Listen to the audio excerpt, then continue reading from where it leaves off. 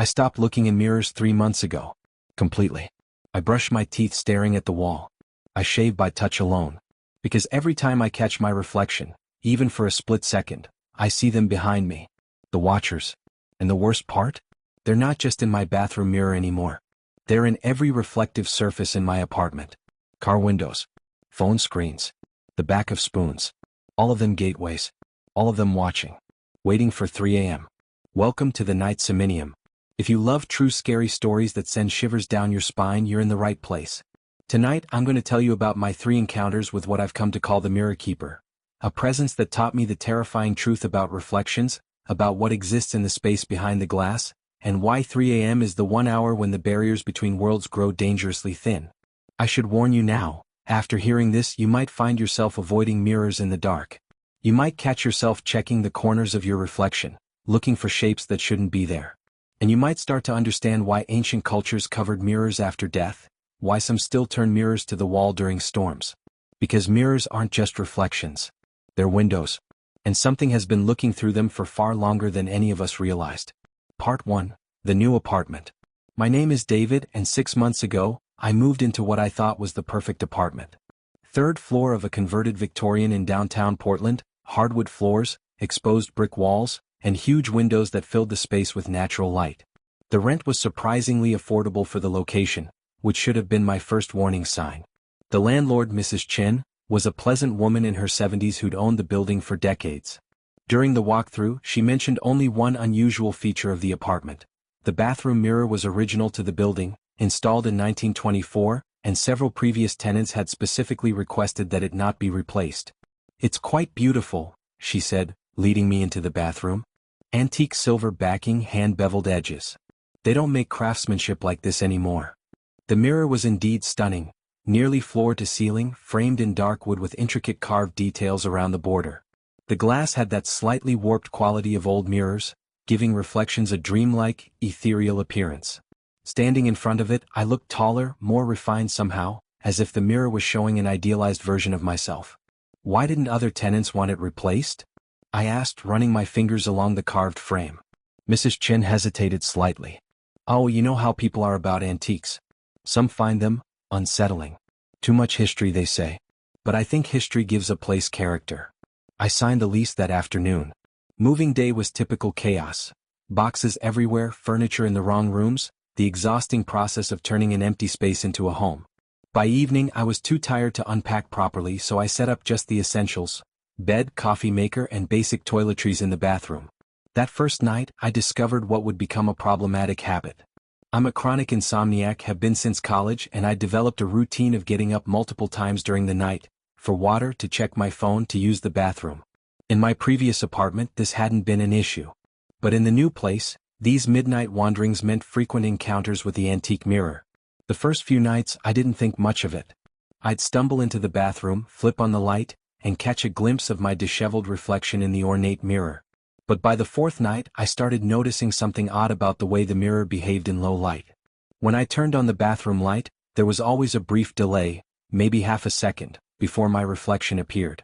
I'd see the empty bathroom in the mirror, the familiar tiles and fixtures, and then I would materialize in the glass as if stepping into frame from somewhere else. I initially attributed this to the old electrical wiring in the building. Fluorescent lights often took a moment to reach full brightness, and the delay could create the illusion of a lagging reflection. But the bathroom had LED bulbs which illuminated instantly. By the end of my first week, I developed an unconscious habit of avoiding direct eye contact with the mirror during my nighttime bathroom visits. Something about it felt intrusive, as if looking directly at my reflection might invite unwanted attention. It was during my 2nd week in the apartment that I first noticed the 3 a.m. phenomenon. I'd awakened as usual, sometime after midnight, and made my way to the bathroom. This time, instead of immediately turning on the light, I fumbled for the switch in the dark. As my fingers found the switch plate, a shaft of street light from the bedroom illuminated the bathroom doorway, creating just enough ambient light to see the mirror. In that dim illumination, I saw my reflection, but not quite right.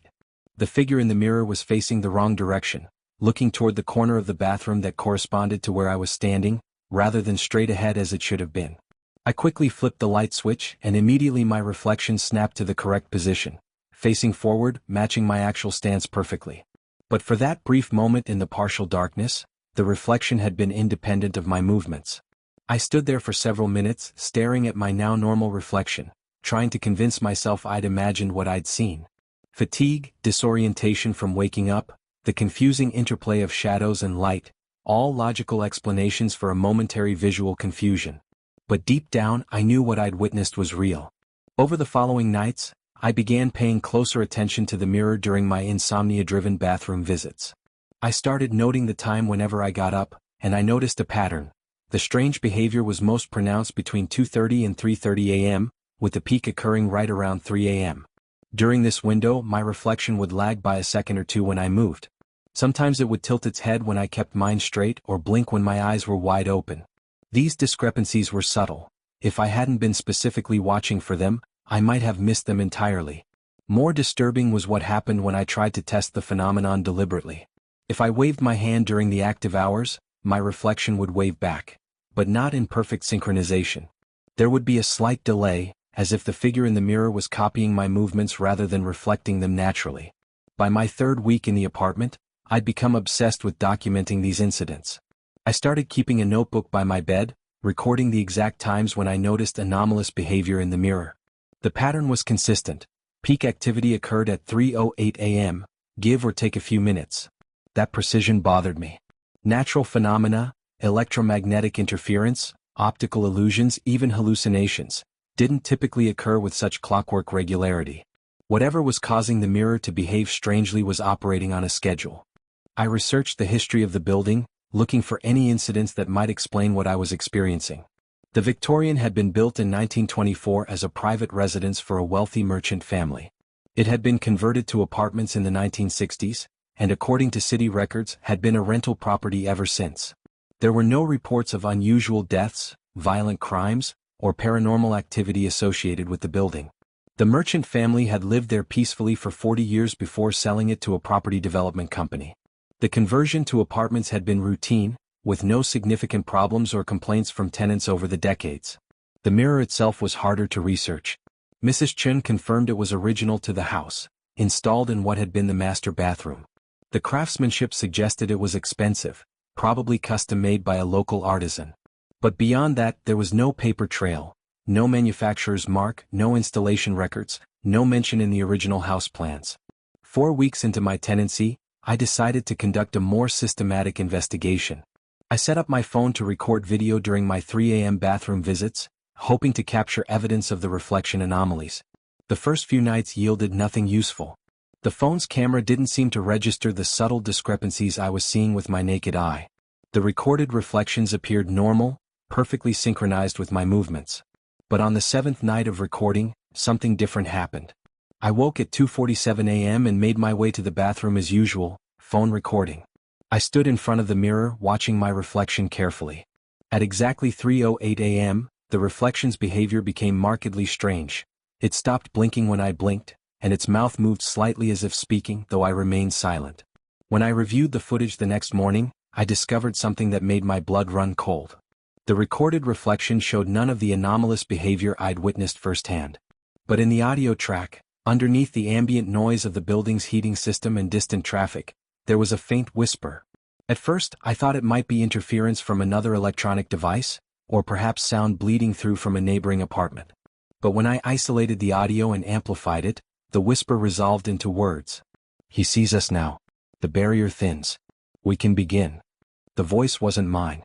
It was higher in pitch, with an unusual cadence that sounded almost like multiple voices speaking in unison, slightly out of sync with each other. I played the recording dozens of times, trying to convince myself it was pareidolia, the tendency of the human brain to perceive meaningful patterns in random noise.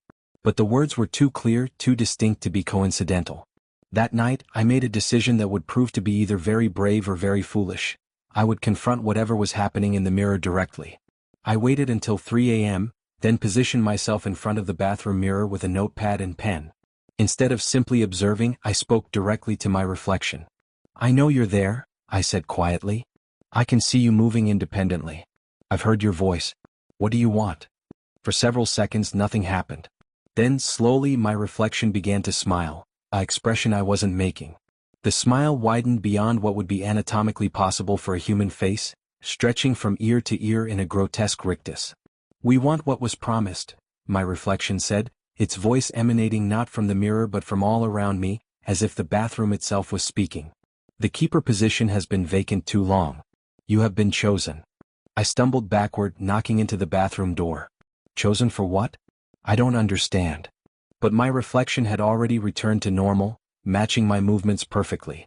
The voice was gone, leaving only the sound of my own ragged breathing.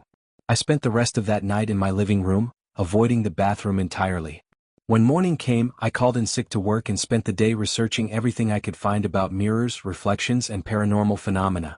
What I discovered was disturbing. Throughout history, mirrors had been associated with supernatural activity in cultures around the world. They were believed to be portals between dimensions, windows into the realm of the dead, or gateways that allowed spirits to observe the living world. The tradition of covering mirrors after someone died wasn't just about grief, it was about preventing the deceased spirit from becoming trapped in the reflection, or worse, preventing something else from using the mirror as an entry point into our reality. More specifically, I found references to entities called mirror keepers, beings that existed in the reflected world and served as guardians or gatekeepers between dimensions. According to these sources, mirror keepers could only interact with our world through reflective surfaces, and they were most active during the early morning hours when the barrier between realities was thinnest. The concept of a keeper position, that my reflection had mentioned, fit disturbingly well with these historical accounts. Some cultures believed that certain humans could be chosen to serve as intermediaries between the reflected world and our own, gaining the ability to see and communicate with entities that existed primarily in reflections. But the price for this ability was steep.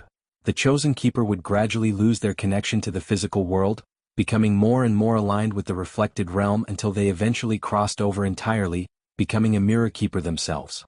As evening approached, I faced a choice. I could pack up and leave the apartment immediately, breaking my lease and forfeiting my security deposit. Or I could stay and try to understand what was happening to me, potentially risking my sanity, or worse, in the process. The rational part of my mind urged me to flee. I had documented evidence of something genuinely supernatural occurring in my bathroom. The smart thing would be to get as far away as possible and never look back.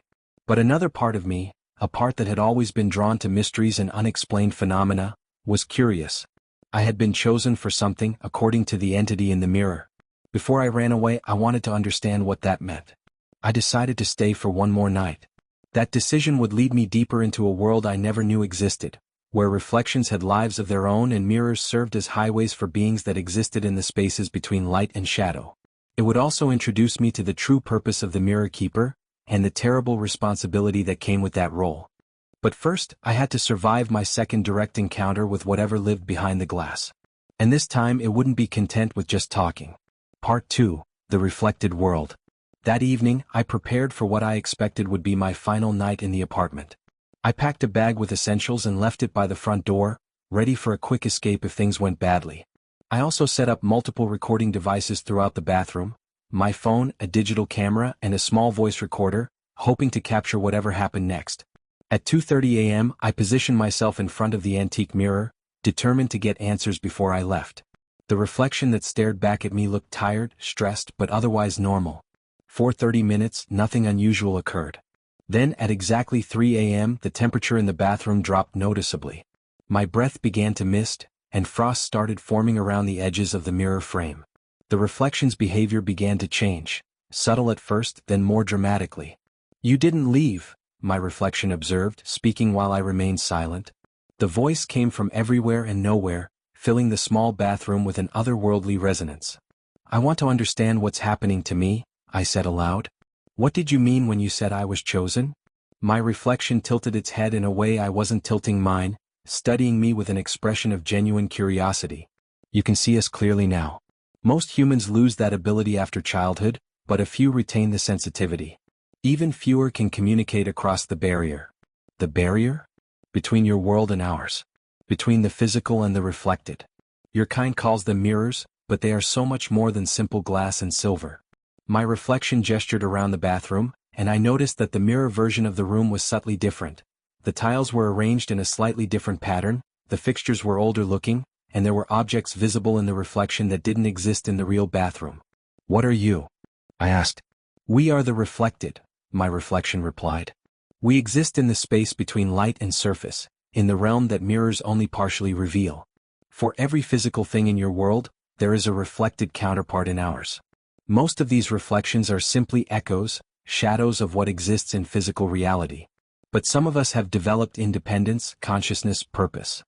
As my reflection spoke, I began to notice movement in the peripheral areas of the mirror.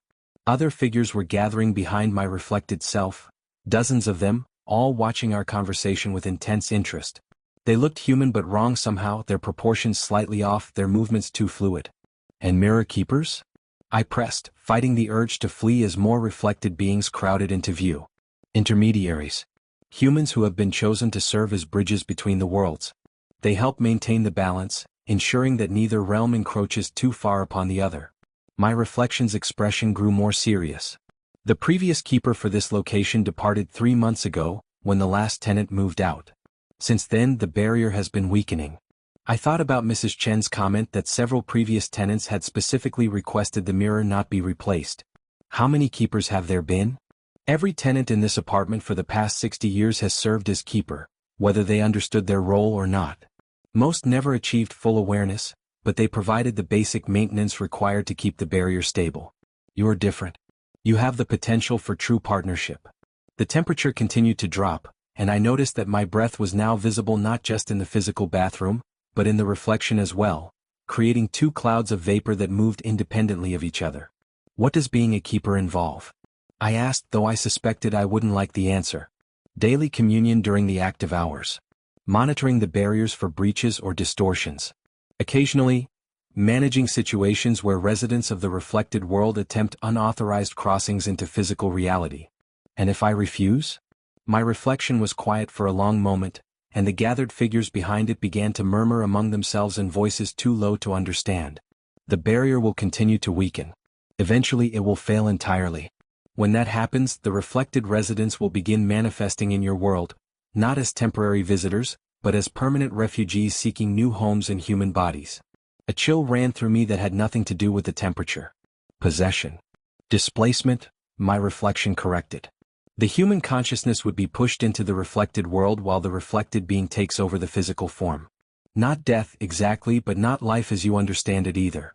I stared at the crowded mirror, taking in the dozens of reflected beings who were now pressing closer to the glass, their faces eager and hungry. How long do I have to decide? The next significant degradation will occur in 48 hours, during the new moon. If a keeper is not in place by then, the first displacements will begin. My reflection leaned forward, its face nearly touching the inner surface of the mirror. We do not wish to force this upon your world, David. But we cannot exist indefinitely in a state of limbo. We need a keeper's partnership to maintain the balance, or we will have no choice but to take what we need to survive. The bathroom lights flickered, and for a moment, the normal world and the reflected world seemed to superimpose themselves over each other. I could see the reflected bathroom overlaying the real one. Older fixtures, different tiles, furniture that belonged to another era entirely.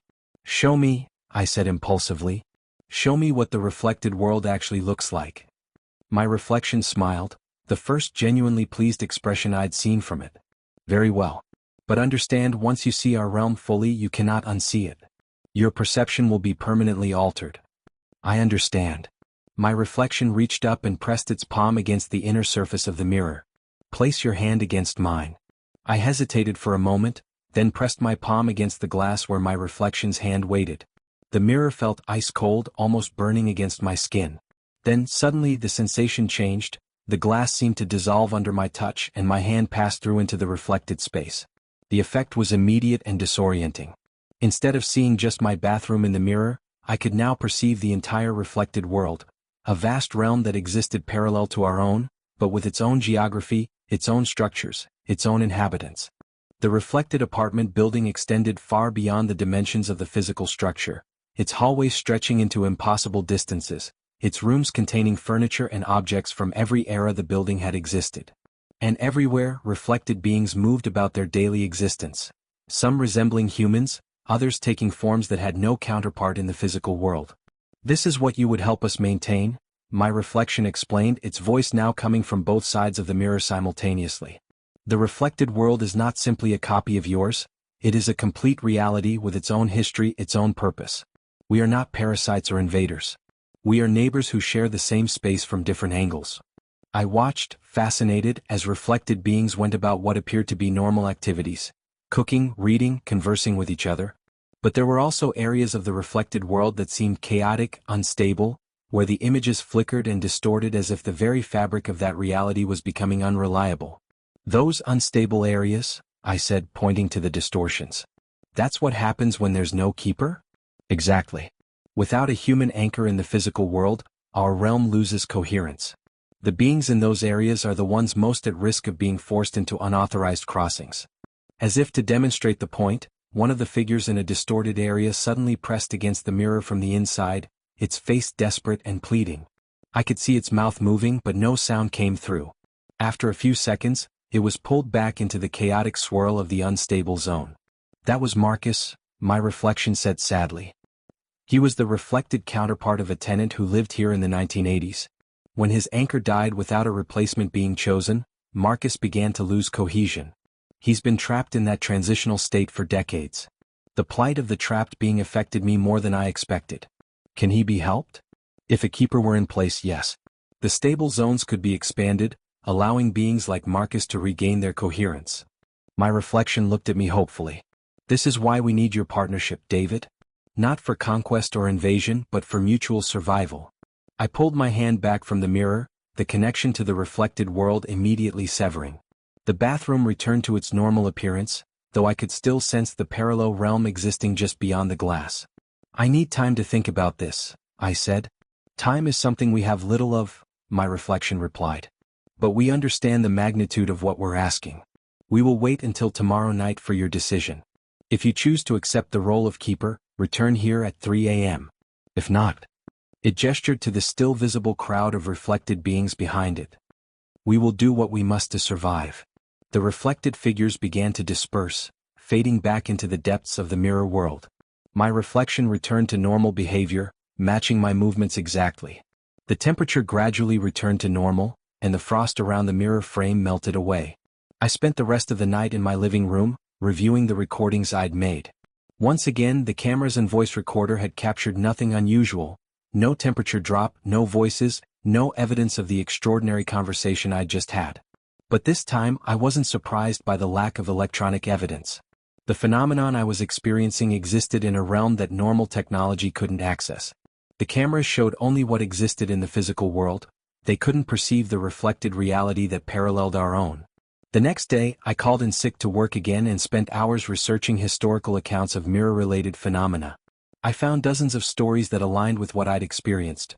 People who reported conversations with their reflections, mirrors that showed different versions of familiar rooms, and individuals who claimed to have glimpsed entire worlds existing behind the glass.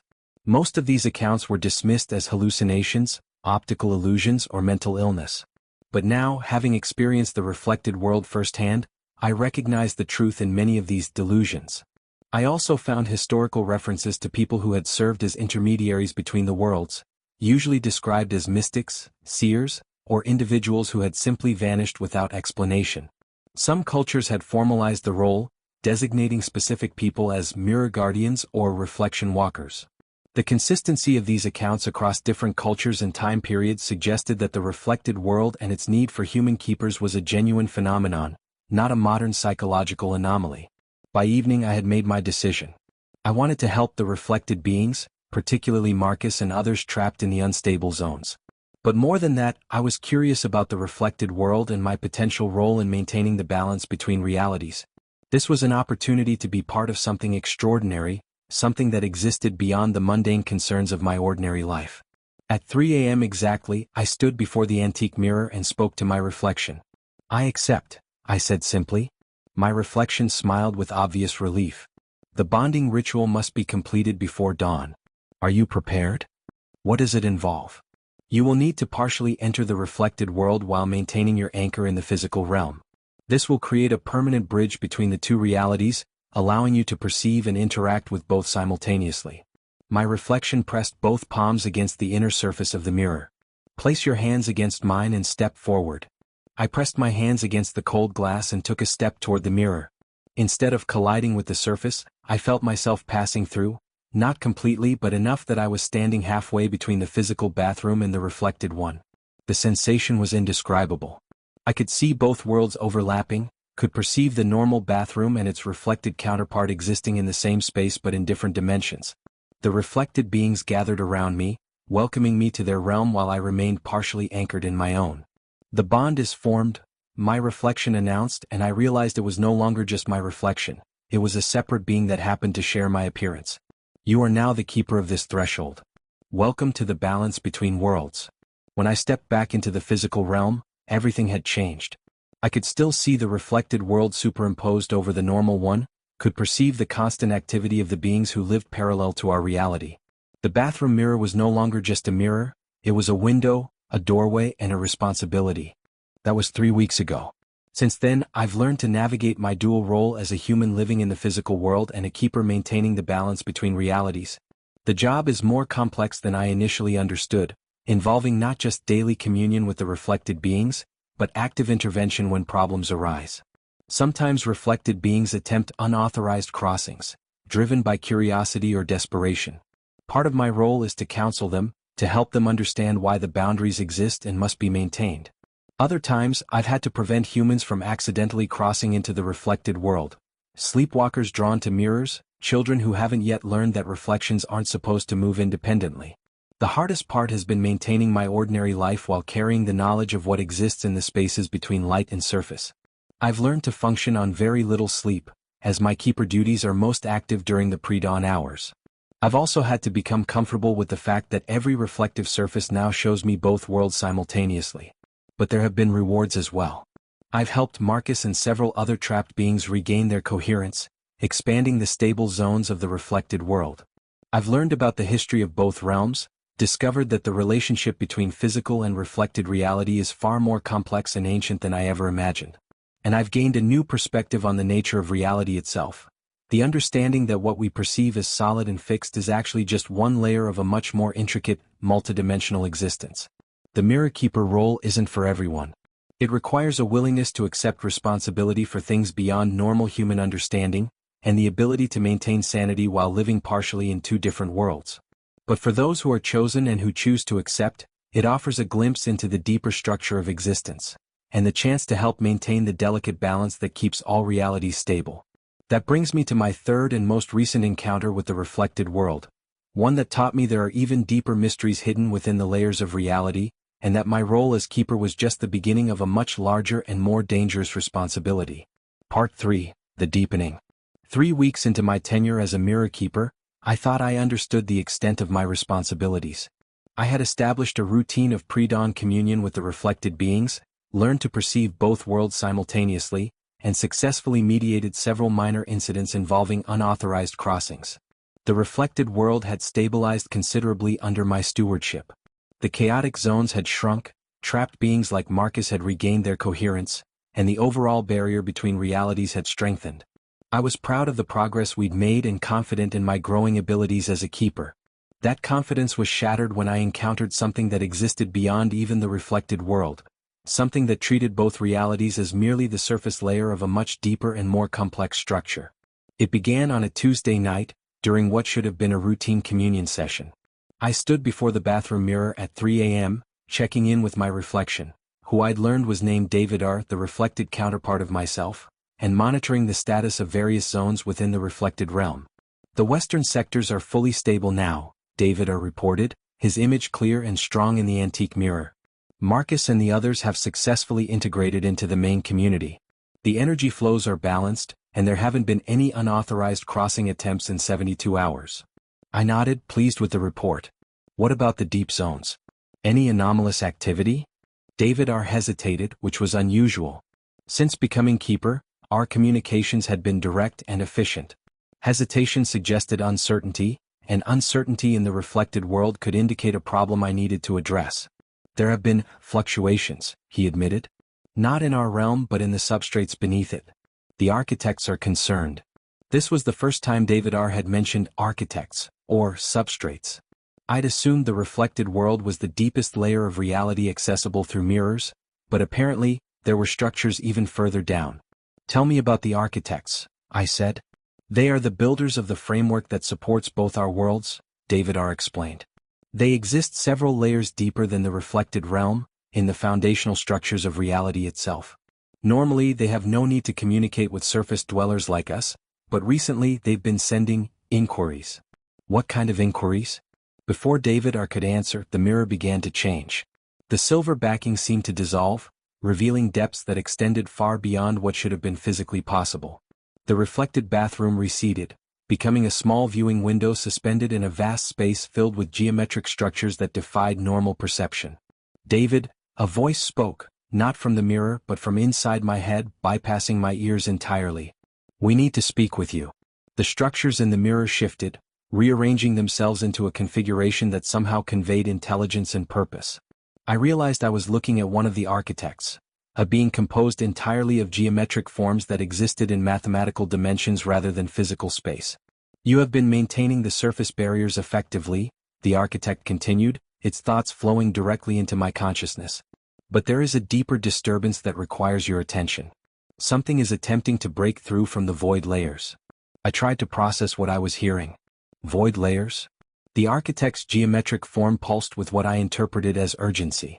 Beyond the reflected world, beyond our architectural realm, there exist spaces of pure negation, areas where reality has been deliberately erased. These void layers are usually sealed away from all other levels of existence, but something has begun to bore through those seals. The view in the mirror shifted again, showing me what looked like architectural blueprints of reality itself, layers upon layers of existence, each one supporting the structures above it. The physical world and reflected world were just the topmost levels. Beneath them were dozens of other layers, each more abstract and fundamental than the last. And at the very bottom, indicated by areas of complete blackness on the blueprint, were the void layers, spaces marked with symbols I somehow understood to mean, do not access, and permanently sealed. Something is coming through, I said, not really a question but a statement of growing dread. Not something, the architect corrected. Someone. An entity that was banished to the void layers eons ago is using the mirror network to map a route back to the surface levels. It has been testing the barriers, probing for weaknesses, learning the structure of the reality layers it once knew. I stared at the schematic, noting how the mirror network connected all the various layers like a vast transportation system. And it's using mirrors as, what, a highway? Exactly. Mirrors exist simultaneously across multiple reality layers, making them ideal conduits for entities capable of dimensional travel. Most reflected beings are confined to their specific layer, but this entity retains abilities that predate the current structure of reality. The implications were staggering. What happens if it reaches the surface? The architect's form flickered with what I recognized as fear, a deeply unsettling emotion to perceive from a being that seemed to exist on a fundamental level of reality itself. Complete structural collapse. This entity was banished not for cruelty or malice, but for its nature. It exists as pure negation, the opposite of creation. Its presence in any reality layer immediately begins to unravel the fabric of that layer. If it reaches the surface worlds, everything ceases to exist, I finished. Not ceases. Never existed. The negation effect works retroactively, erasing not just the future but the entire timeline. From the perspective of outside observers, if any could survive such an event, it would be as if the affected reality layers had never been created at all. I leaned against the bathroom wall, overwhelmed by the scope of what I was being told. A few weeks ago, I'd been a normal person with insomnia and a strange new apartment. Now I was apparently the first line of defense against an entity that could retroactively erase reality. Why are you telling me this? I asked. Surely there are more experienced keepers, beings with more knowledge of these deeper layers. There are, the architect acknowledged. But this entity is approaching through your specific mirror network. The antique mirror in your bathroom is a particularly ancient and well-connected node in the system. It has direct pathways to layers that newer mirrors cannot access. The antique mirror. I thought about Mrs. Chen's comment that previous tenants had specifically requested it not be replaced, and suddenly understood why. They hadn't been maintaining just the barrier between physical and reflected worlds. They'd been guarding a crucial junction point in a much larger defensive network. What do I need to do? I asked, though I suspected the answer would be more complex than I was prepared for. You must descend through the layers and reinforce the seals before the entity breaks through, the architect explained. This will require you to temporarily abandon your physical form and travel deeper into the reality structure than any human has gone before. And if I can't make it back?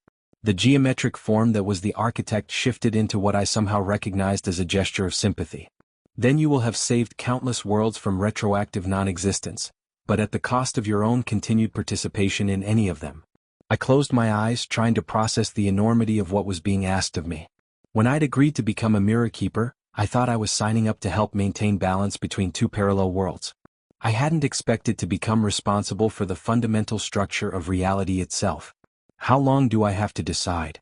I asked. The entity's progress has accelerated. Based on our calculations, it will reach the reflected layer within 48 hours.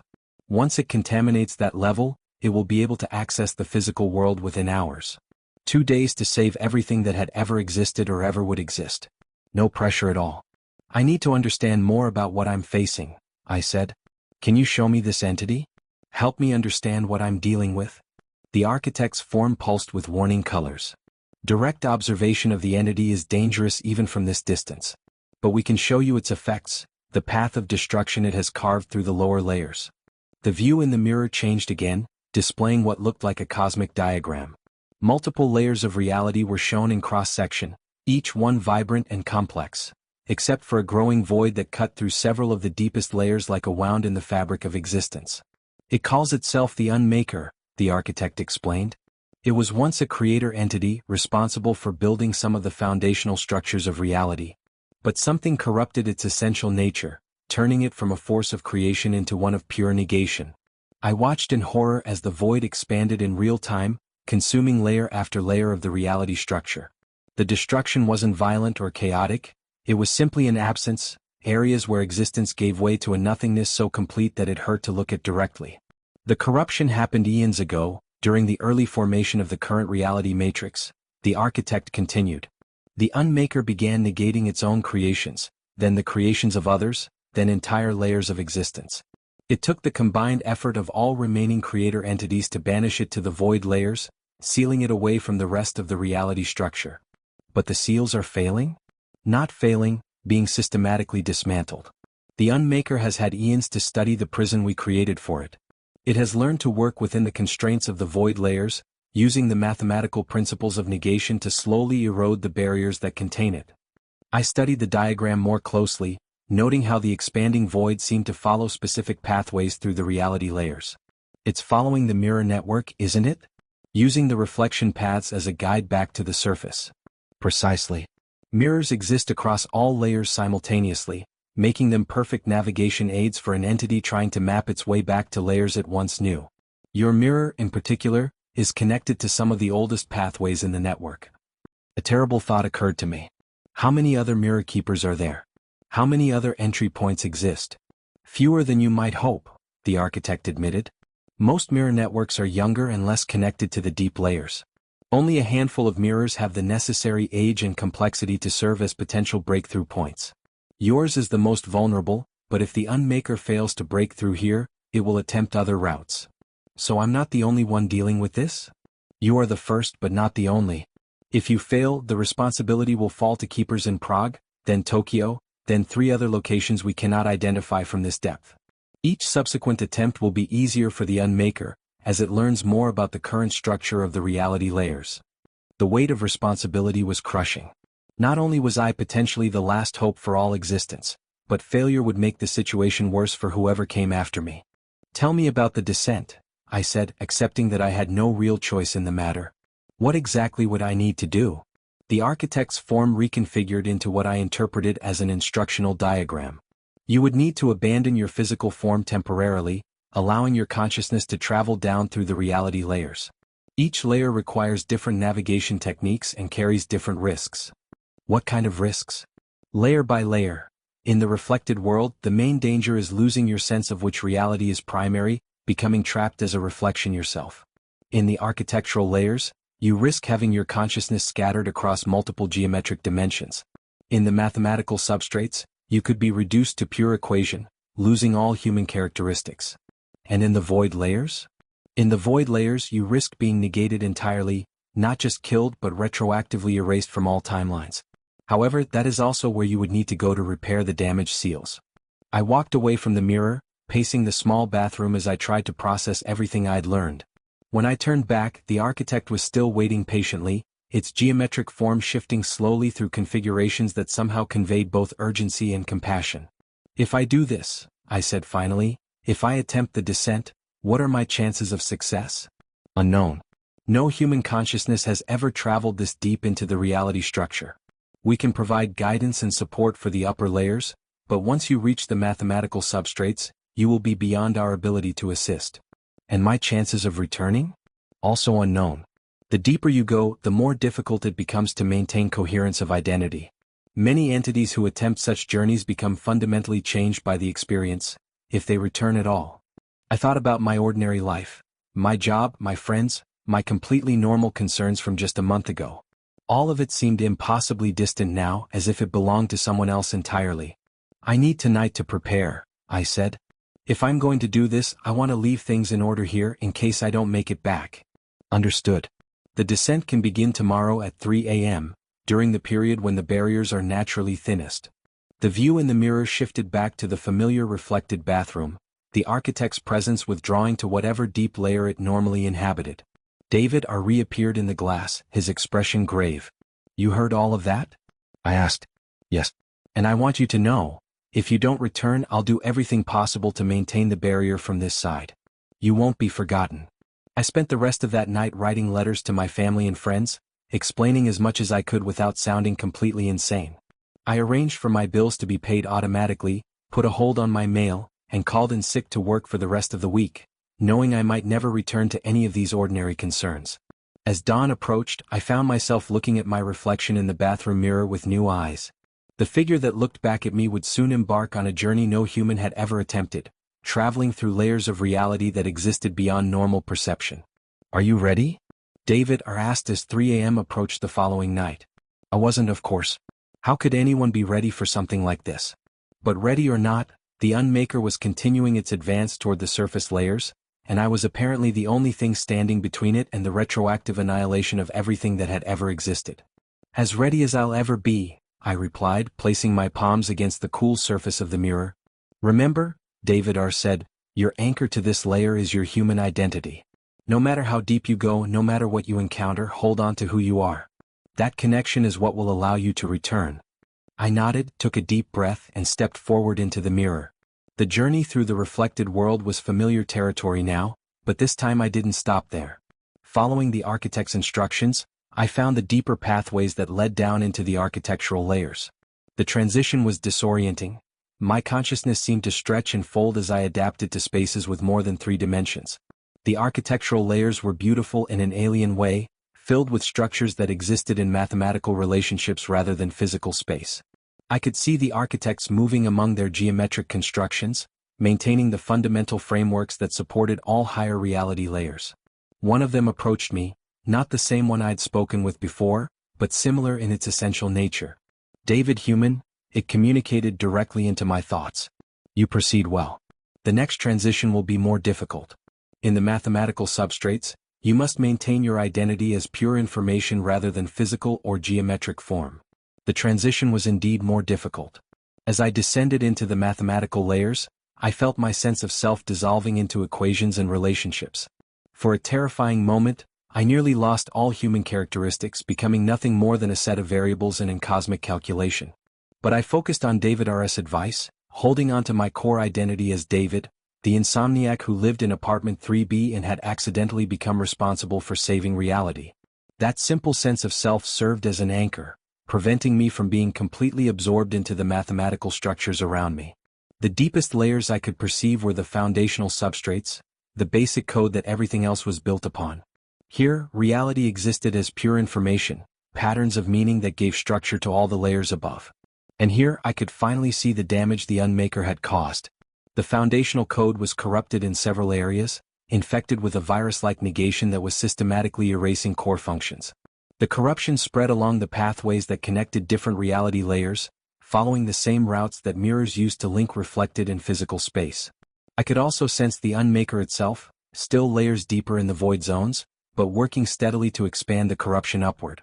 It felt like a vast intelligence, alien and powerful, driven by an incomprehensible need to reduce existence to non-existence. Following the guidance the architects had given me, I began the delicate work of repairing the corrupted code. This required me to interface directly with the foundational structures, essentially rewriting portions of reality's basic programming. The work was exhausting and dangerous. Each correction I made drew the Unmaker's attention, and I could feel its awareness turning toward my location. Several times, waves of negation washed over my position, threatening to erase me from existence entirely. But gradually the repairs took hold. The corruption stopped spreading, then began to recede as the foundational code reasserted its proper functions. The pathways between layers grew stable again, and the seals containing the Unmaker began to strengthen. As I completed the final corrections, I felt the Unmaker's rage wash over the deepest layers like a tide of pure negation. It had been so close to breaking through, and now it was trapped again behind barriers even stronger than the originals. "This is not over," a voice like the sound of mathematics being cancelled spoke directly into my consciousness. "I will find another way. Existence is an error that will be corrected." But for now the immediate threat was contained. The reality structure was stable, and the Unmaker was once again sealed away in the void layers. The journey back to my physical form was easier than the descent had been. I rose through the layers like a bubble ascending through water, gradually regaining my human characteristics as I approached the surface levels. When I finally opened my eyes in my bathroom, I was still standing in front of the antique mirror, though I felt as if years had passed.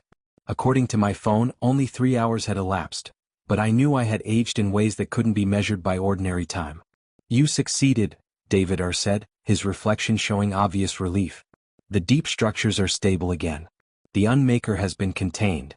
"For now," I replied, exhausted but oddly exhilarated. "But it's still down there, still trying to find a way back. This won't be the last time someone needs to make that journey." "Perhaps," David R. agreed. "But you've proven it can be done.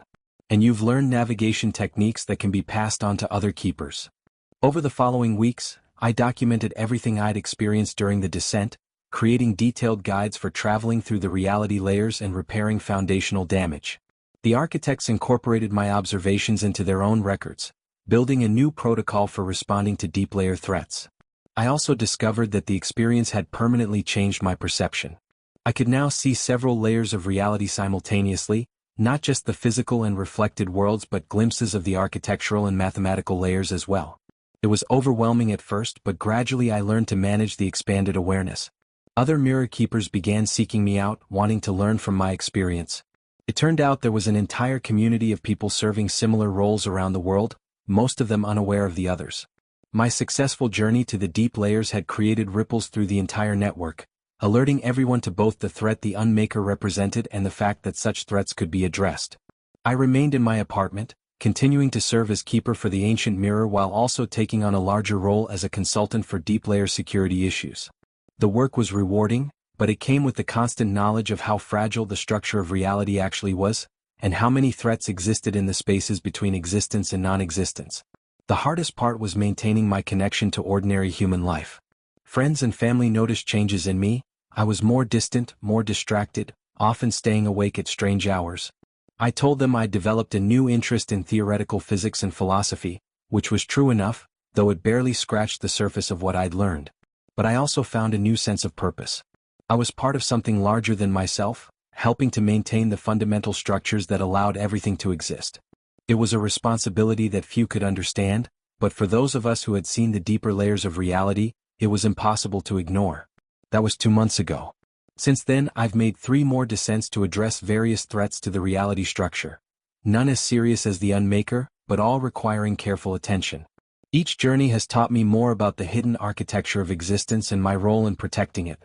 The Mirror Keeper position turned out to be just the beginning of a much larger calling.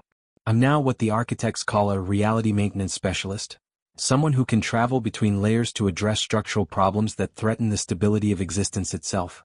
It's not the life I planned, but it's the life I've chosen.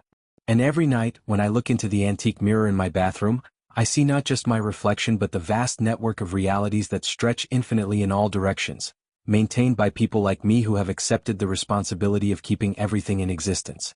The Unmaker is still down there, still searching for weaknesses in the barriers that contain it. Other threats emerge regularly from the deeper layers, requiring constant vigilance. The work is never finished, never completely safe. but it's work that matters in the most fundamental way possible. And when I catch glimpses of all the layers of reality functioning in harmony, physical beings going about their daily lives, reflected entities maintaining their parallel existence, architects building and maintaining the mathematical frameworks that support everything, I know that the choice to descend into the depths was the right one. Even if it means I can never again look at a mirror without seeing the infinite depths that lie behind every reflection, and the constant reminder that someone needs to watch over those depths to keep the darkness from rising.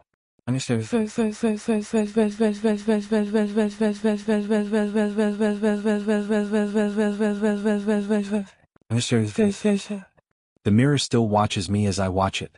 But now we're partners in a cosmic responsibility that stretches across layers of reality most people never imagine. Every reflection is a reminder of the delicate balance that keeps existence stable, and every 3 a.m. communion is an opportunity to help maintain that balance. I've learned that reality is far more fragile and far more complex than anyone realizes. What seems solid and permanent is actually a carefully maintained structure, dependent on countless individuals working to keep the barriers strong and the threats contained.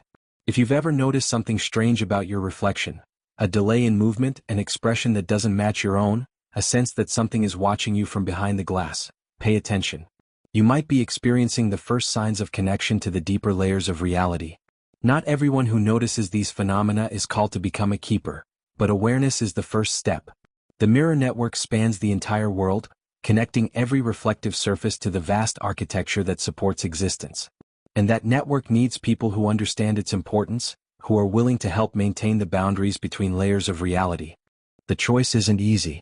Accepting the role means giving up the simplicity of normal human existence, taking on responsibilities that few can understand or appreciate. But it also means becoming part of something magnificent, a cosmic structure of infinite complexity and beauty, maintained by the dedication of beings across multiple layers of reality. What would you have done if you were in my place? Would you have accepted the call to become a mirror keeper, knowing it would fundamentally change your perception of reality? Or would you have walked away, leaving the responsibility to someone else? Have you ever experienced something unexplainable while looking in a mirror at night? A sense of being watched, movements that didn't quite match your own, glimpses of something that shouldn't have been there?